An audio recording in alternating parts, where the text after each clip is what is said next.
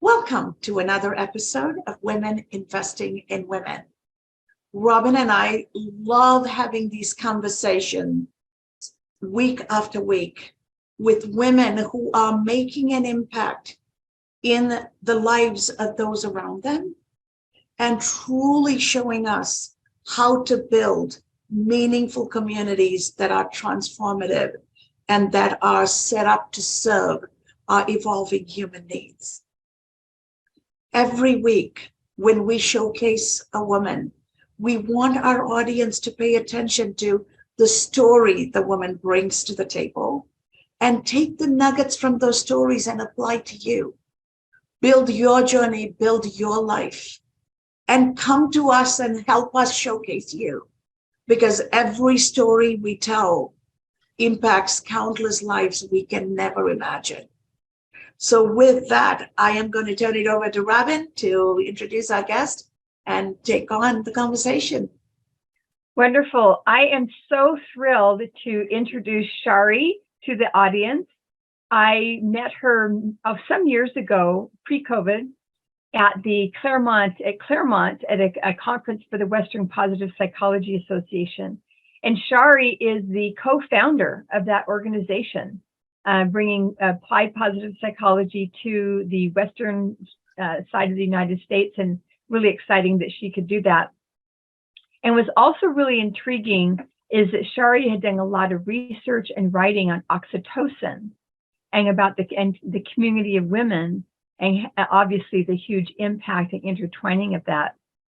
So Shari, take it away. Tell us about you. Tell us about your research, your work, how you intertwine with women, and all the great things that you've been doing.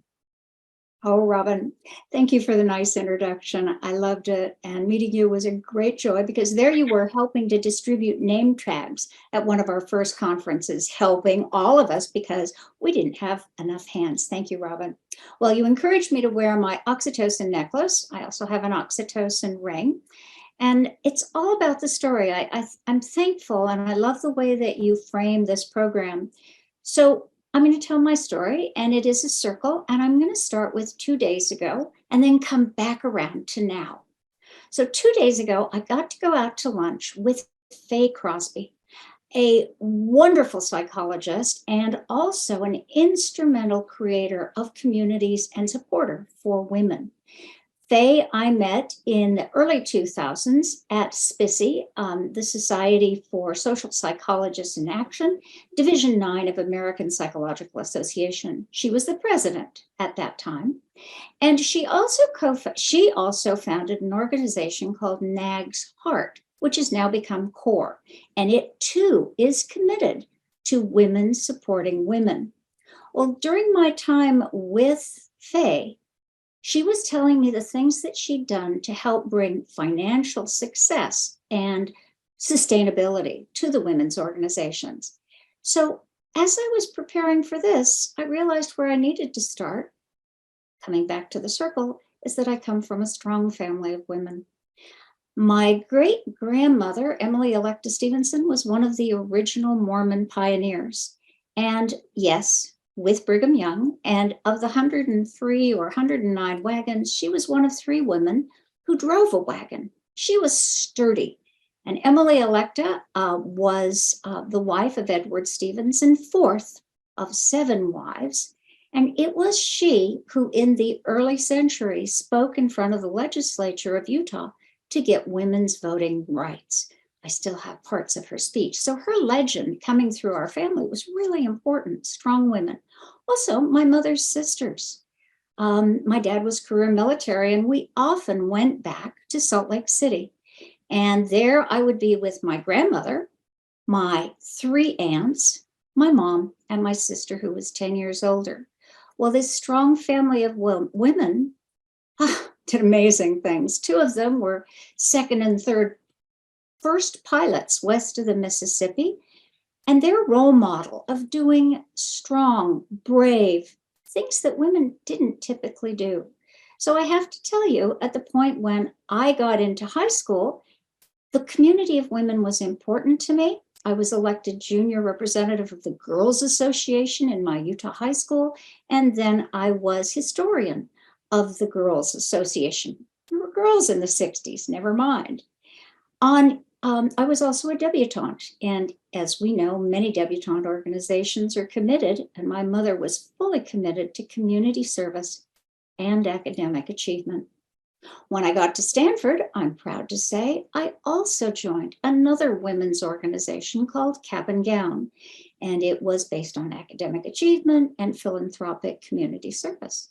So my history with the community of women is deep. I've been on the board there for 20 years, only moved on this last year to do some other things. So as I circled into my doctoral dissertation at UCLA, my doctoral dissertation chair was Norma Feshbeck. Her interest was empathy. My interest was on behavior, cognition, and we wanted to understand the emotion of empathy. So my role model of Norma, my role models at Stanford were women.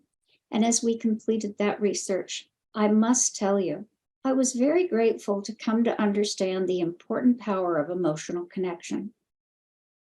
That's what brings us to oxytocin. So in 2000, Shelley Taylor did the seminal study that pointed out that there are 3 responses to stress, not 2. In the paradigm typically celebrated by men, it's fight or flight. But Shelley Taylor pointed out there is a 3rd, and that is called go nurture or tend and befriend. Under duress, she identified that oxytocin for women is a huge cascade. She later showed vasopressin, a similar analog for men, is released. Well, what does oxytocin do? It's only the typhoon that we get as we go through pregnancy and into labor. It becomes a huge cascade. It is nature's medicine and has helped us deliver babies and all species across the species. So what does oxytocin do? It's associated with positive emotion. It's associated with faster wound healing, pain tolerance, as well as the ability to cognitively and emotionally evaluate situations. And because we're calmer with the oxytocin, we're able to do what we need to do when it needs to be done. My most recent publication in Stress 2021. So that women have this during labor, we were very excited to find out that women under duress as a community have this oxytocin shared increase. It is synchronous. How? We don't know. But it is associated with sociality, social connection. So in a nutshell, we're on a cusp as women researchers and men are committed to helping us understand how nature may be serving us through oxytocin in everyday interactions. Sociality, social support. And I believe that is at the foundation of inspire, ignite, and influence. Seriously, a community committed to the positive support of one another. So I'll bring you back to the circle. And today, as I was preparing, Faye Crosby is off in her community, greeting people around the country. And I am very grateful to be here with you to share this research because I think it's a message of hope. I do think women have extra benefits. It isn't all about fight or flight. And indeed, taking care of others when the going gets tough, that's exactly what we are empowered to do through our oxytocin cascades. I love how you threaded in a full circle because you've painted a picture of a self-healing ecosystem Mother Nature has created, right? So there's nothing that human beings need that the Mother Nature and the universe didn't create. It's only when we veer away from that, then we get into all kinds of toxic cycles that then we need to pay money to get out of. Perfect. So as I'm hearing you talk, what's coming up for me, Shari, is we are living in a pressure cooker polarizing society where on two extremes of any issue, there is fight or flight. And then there is the opportunity for the women and those who have the wherewithal and who are in touch with their inner self to harness this oxytocin to be the bridge. And so I want you to talk about the power that is within every woman and every human being to harness that. And how can harnessing that truly pave the way for a more inclusive, empathetic, kind society that has grace for itself and others? I love the way you just summarized that. In fact, it is within every human. Women happen to be endowed with a bit more of it. And in that dynamic, I'm going to digress for a moment and quote Margaret Mead. I heard her speak at Stanford in 1969. And she said, in a hunter-gatherer society, men went out and did the hunting and the fishing, and they brought in the protein, and they supplied 15% of the food supply.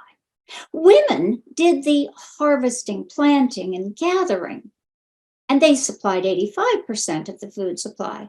She says, our modern culture, it was 1969, has made too many mistakes empowering men, putting them in political positions.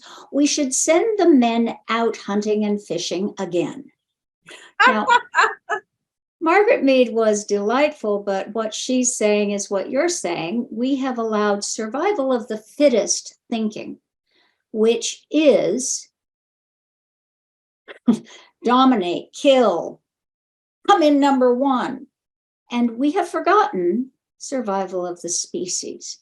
And what you're saying and what your organization and what many women and men are coming to realize, that we all live on this planet together.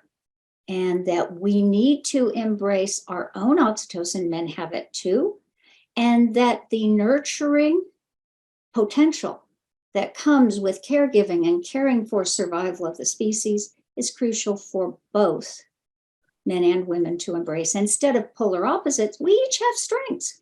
We each have weaknesses. But as one Earth, we need to embrace that we are all one and we need to take care of each other. I am loving everything that you're saying. It's just so exciting, especially the research that's been coming out. And so I'd ask, how is a way that you can impart this such powerful message of women, oxytocin, all of that to another generation? So I'll just maybe back up a little bit. So when I got my MBA 40 years ago, basically a lot of the women were trying to be like men. So instead of embracing both the feminine and the masculine and merging it together into effective womanhood, they just we just want to be like men. But what you're saying is, no, there is tons of good for society and the world in being women. And so how can you impart that message of being strong women to a younger generation? That's a great question. I think it isn't about men or women. I think the strong message, and I know what you're saying about wanting to be like men, and that was the early role model. I remember thinking when I was in grad school in the 70s, being a mother, how hard can that be, really? My dad went to work. That must be really hard. Well, we were very naive. We did not understand.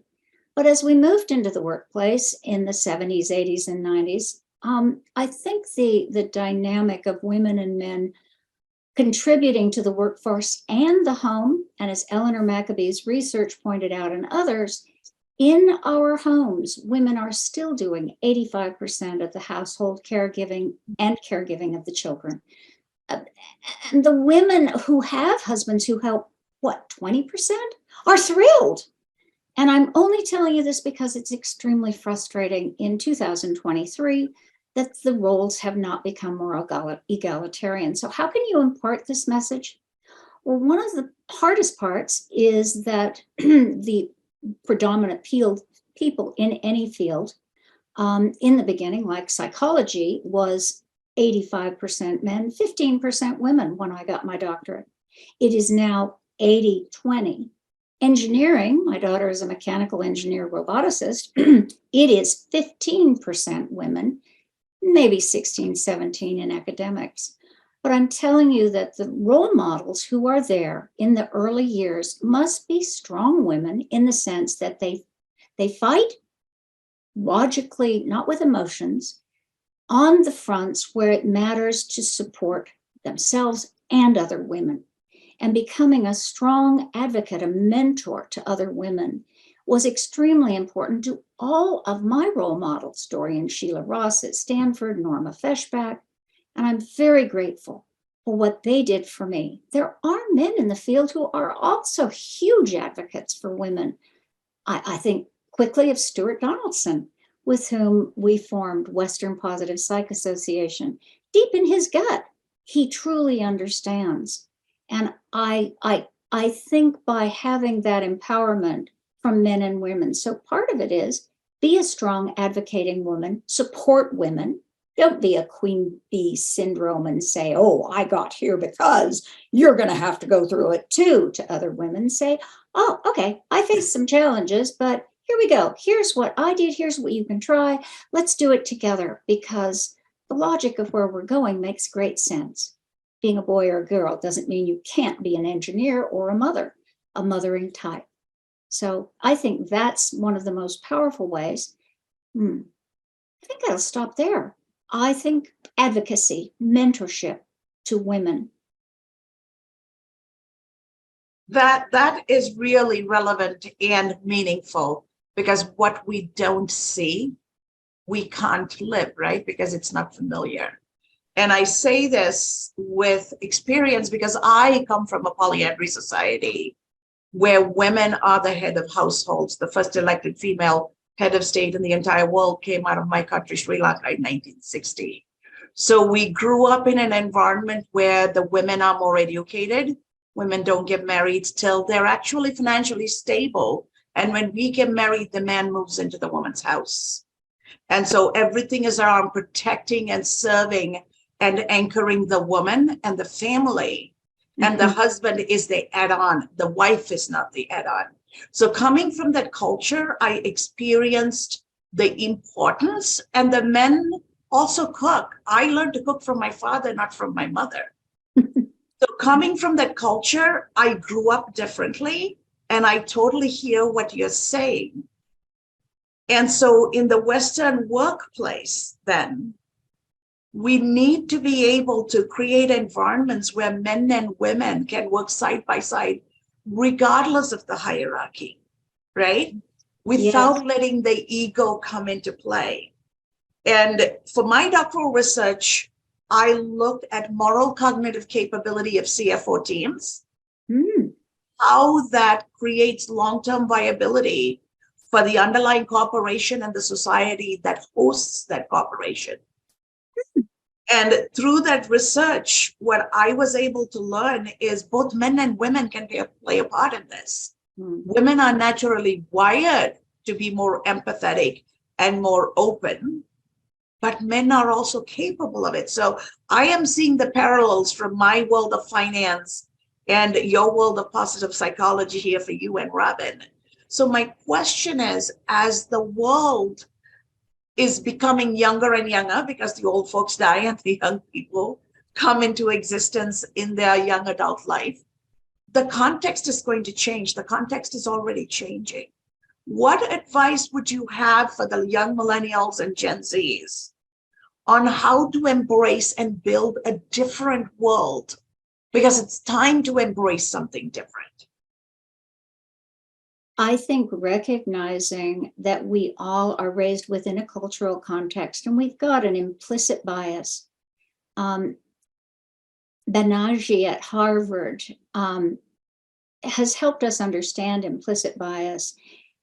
And in that way, once we know we were raised in this culture, addressing the things that are non-egalitarian. So one of the studies that I knew in my early years was that women talk more to their baby infant girls than to their baby infant boys. And one of the early differences between boys and girls girls were more verbal and boys were more math and visual spatial. The one thing that never changes across species are males are more aggressive. But for now, I took only the women talking more to their baby girls. And as a practical statement, I think it comes through the way that we mother not only our girls, but our boys. And I talked a lot to my son. I listened a lot. He came through with a fabulous vocabulary that has served him well.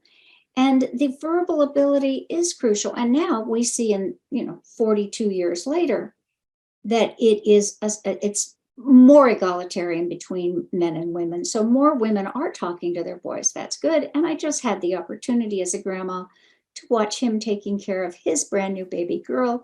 He already has a 2-year-old, and he has so many more nurturing opportunities and makes them because it's extremely rewarding. So I'm telling you how we raise our sons. Be aware of the ways in which we may be perpetuating the old gender bias and help them see there's a greater possibility. I told you my daughter's an engineer. She liked math. I wasn't about to explain to her, no. It's a challenging thing. No, go for it. So whoever they are, encouraging them to become that. Don't base it on the gender in the diapers. Beautiful. I love that. Everything you're saying is so inspiring, and I love your access to so much research and how things have changed, and what we might have thought in the past maybe isn't quite so, or maybe there's some nuances that we weren't as much aware of. I know we could talk forever about this subject and multiple subjects as we're kind of wrapping things down. Are there we like to ask our guests, are there some golden nuggets or a few, 2 or 3 things that if you could share with the audience of inspiration or research or something that you have even been wondering about? What are some just final golden nuggets you could share with the people who will listen to this presentation later? I think first is to reach out and volunteer in communities around you, not just women's communities, but spend time giving of your time. There research supports. There's not a better way to get out of your depression than to see someone else and help them to do something instrumental, that you have purpose and that you're able to make a difference. I think second is, whenever possible, embrace the opportunity to reach out to others. Not only volunteering, but looking people in the eye. Enhance your own oxytocin experience. It is associated with well-being. Look at them. Hugs. Oh my gosh, maybe this is number 3. 20-second hugs, according to Ruth Feldman. Takes 20 seconds of a hug. Not with just random people. That's very, we all go, oh, no. But a hug, 20 seconds, and that oxytocin cascade. And there are some lovely breathing exercises that help regulate heart rate and oxytocin as well. But social connection, helping others, volunteer, be in contact, social experiences. That is fantastic. I am a believer that the human touch is very, very healing, right? Even when you're listening to somebody, you don't have to say anything. Just hold their hand, and with your eyes, you can say, I get you, right? And that is more powerful than any words we as human beings can say. So Shari, this has been such an honor and a pleasure to have this conversation with you. I know the wisdom you shared is going to help our community of women. We're going to make sure your contact information is on the YouTube channel so that folks can reach out to you and collaborate with you in any way that would be meaningful to them. We're also asking you to watch our other episodes, and if there are any women you want to collaborate, let us know and we will make the introductions, because our entire purpose is truly being that social connector. And research shows that when there is intrasexual competition for anything, that society doesn't progress that well. And so instead of competing against each other, what if we collaborate? What if we co-create? And that by itself creates that positive brain chemistry and oxytocin that we are going to need for our own survival. Yes. So with that message, I also extend it to all our audience, our men and women audience. Make sure you're making every human interaction matter. Make sure that you're looking for ways to boost your positive brain chemistry, including the oxytocin, and build meaningful lives so that living is healing, living is not toxic. And therein lies the difference between a life well lived and a life of existence. So go out there and embrace the world around you and keep transforming yourself and those around you so that we can all inherit a better world than we found. Beautiful.